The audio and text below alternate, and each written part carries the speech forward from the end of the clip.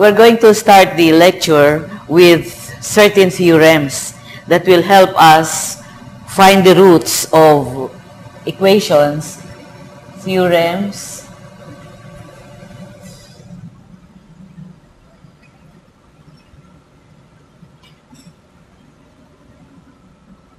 to help us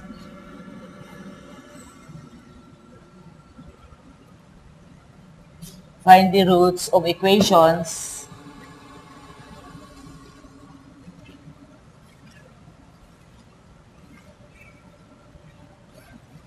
higher than 2. Sometimes we call them higher degree equations. Because for linear equation, then that will be simple. Also for quadratic equation, we have the quadratic formula, ax squared plus bx plus c. Then to solve for the roots, x is equal to the quadratic formula, fraction, plus or minus the square root of b squared minus 4ac all over 2a, or parenthesis slash all over.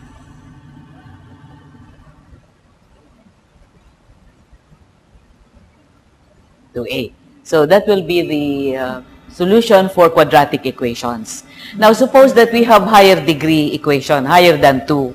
We have certain theorems. We're going to start with the remainder theorem. The remainder theorem says if f of x is divided by x plus r, then the remainder of f of x divided by x plus r is f of minus r. Meaning that we substitute minus r for x in f of x. The result will be the remainder theorem. Let's give an illustration. Find the remainder if f of x equals 5x to the power 2,501 minus 3x to the power 7,000 plus 1 is divided by x plus 1. So, we use the remainder theorem. This is x plus 1. Therefore, the r here will be minus 1, opposite sign. So, we get f of minus 1. We substitute minus 1 for x in this equation. 5x to the 2,501 minus 3x to the 7,000 plus 1. Okay. So we substitute minus 1 here.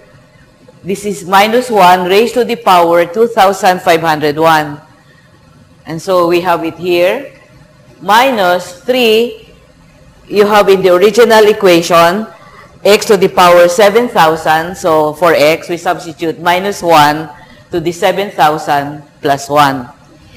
Minus 1 multiplied by itself even so many number of times is either plus or minus 1 depending upon the exponent. If the exponent is odd, then the result is negative 1. So the result here will be 5 times negative 1.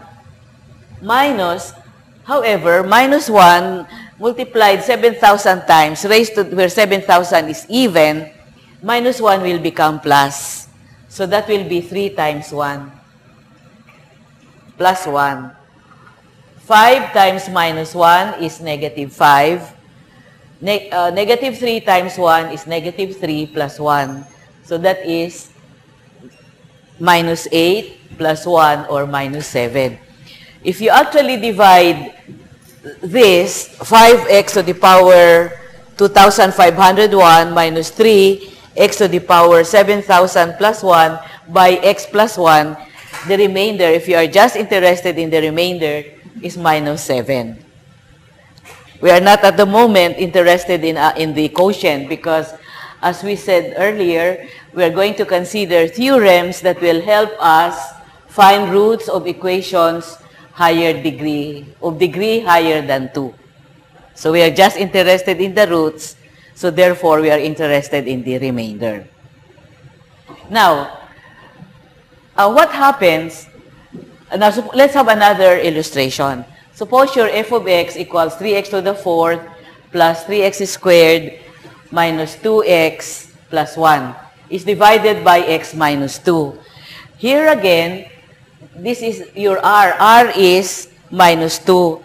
So since the number that you should plug in is the opposite, is opposite in sign, then you have to get f of 2. So f of 2, we substitute 2 for x here. So that will be 3 times 2 to the power 4 plus 3 times, this is 3x squared. So replace x by 2 to the power 2. Replace x by 2 again. So you have minus 2 times 2 plus 1. So that will be 48 plus 12 minus 4 plus 1. So when you 48 plus 12 here gives you 60. This is negative 3 minus 3, so you get 57. Again, this is the remainder. If you actually divide 3x to the fourth plus 3x squared minus 2x plus 1 by x minus 2. Now, we can check this by using the synthetic division. Remember, the remainder is positive 57. So, we use number 2. So, find the remainder.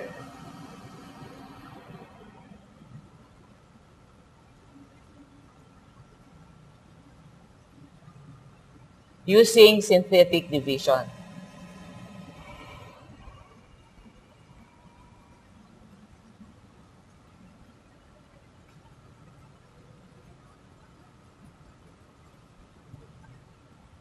So what do?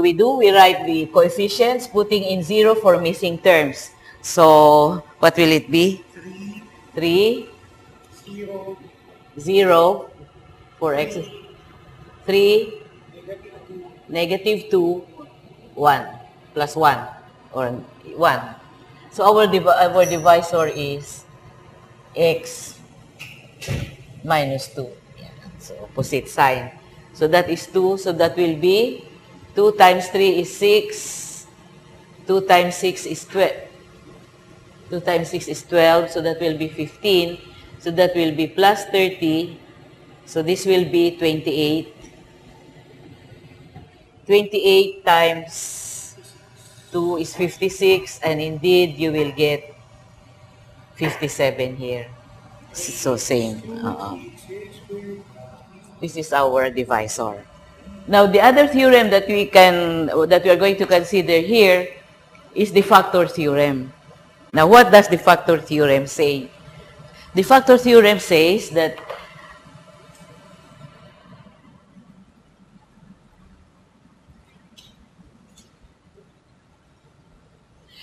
if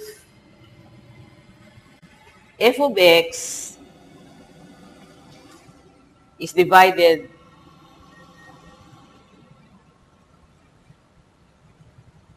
by x minus r,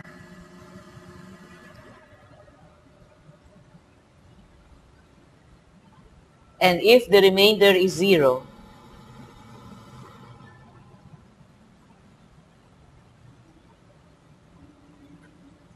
then x minus r is a factor.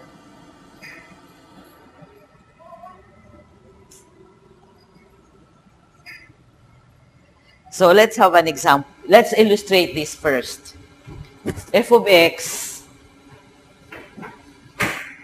say, equal to x squared minus 4.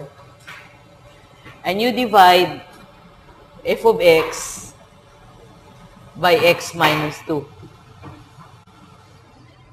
We use the remainder theorem. By the remainder theorem, the remainder is, by the remainder theorem, we substitute, what do we substitute? Opposite in sign, so that will be what? Plus 2. So we substitute plus 2 here. 2 to the 2 square minus 4. And what is the answer here? 0. So that means that x minus 2 is a factor. Indeed, we know by the difference of two squares that x squared minus 4 is factored as, get the square root of this, which is x, square root of that is 2. So,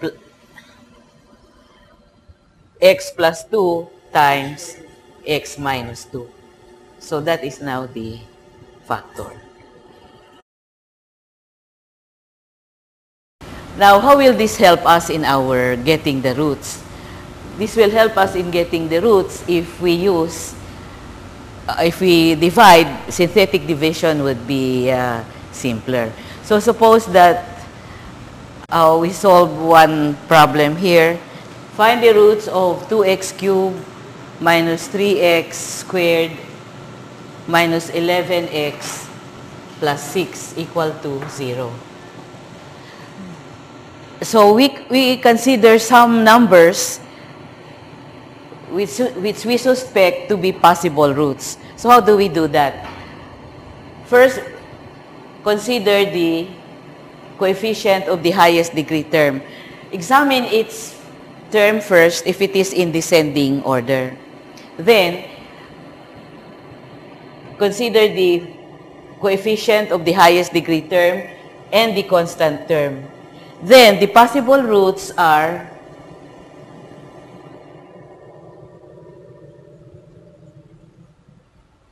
of the form, if we write this as P and we write this as Q, the possible factors of plus or minus factors of Q divided by factors of plus or minus the factors of P. Now, what are the factors of Q? 6. So, of 6. Either plus or minus 1. What else? Plus or minus 2. Plus or minus 3. Plus or minus 6. Divided by, what are the factors of 2? Plus or minus 1. Plus or minus 2. So, we consider all possible quotients. That will be plus or minus 1 divided by plus or minus 1, that gives you plus or minus 1. Plus or minus 1 divided by plus or minus 2, that will be plus or minus 1/2. So that is plus or minus 2, plus or minus 1, we have it here, plus or minus 3, plus or minus 3/2, then plus or minus 6, plus or minus 3, we already have it there. So, these are the possible roots.